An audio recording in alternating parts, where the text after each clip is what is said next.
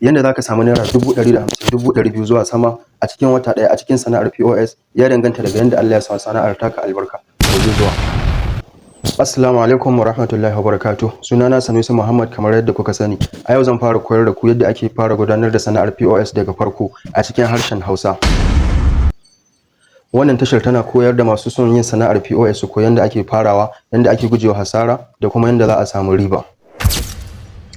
Saboda haka zan faɗi abubuwa guda 5 da ya kamata ka sani kafin ka fara sana'ar POS, amma na 5 ɗin ya fi muhimmanci, saboda haka ka tsaya ka kalla har ƙarshe. Abu na farko shine jari, wato capital. Dole ne sai kana da jari kafin ka fara kowace irin sana'a ce, ma'ana capital, ko da kaɗan ko kuma mai yawa. Saboda haka a nan ina ba da shawara kada ka ji tsoron farawa da ƙaramin jari zuwa sama. Kun gane?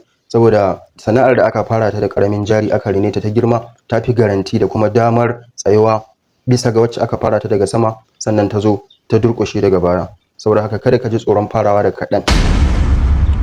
Sai abu na biyu, wato POS, ma'ana mashin ɗin da za ka dinga amfani da shi. Za ka iya samun shi daga banki ko kuma sauran kamfanonin da suke sayar da shi kamar irin su Money Point, Opay da kuma Palmpay. Ina sayarwa ga mai bukata, za ku iya min magana za a kawo maku har inda kuke. Abu na uku shine location, ma'ana wurin zama. Ka zaɓi wurin da mutane suke yawan zirga-zirga, ma'ana irin gudun tasha, kasuwa ko bakin titi ko kuma da duk inda kake ganin yafi dacewa. Abu na hudu shine fa'ida. Yana da kyau duk sana'ar da mutum zai yi san fa'idar ta da kuma amfanin ta a gare shi. POS yana da sauƙin farawa, ba sai ka daɗe kana jira aiki ba. Sannan kuma akwai damammaki da yawa a cikin sana'ar POS.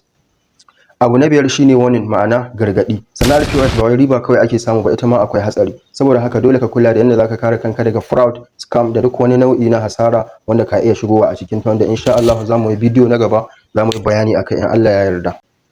Daga ƙarshe ina godiya da kasancewa tare da ni. Ku yi like da share domin wasu su amfana. Thank you.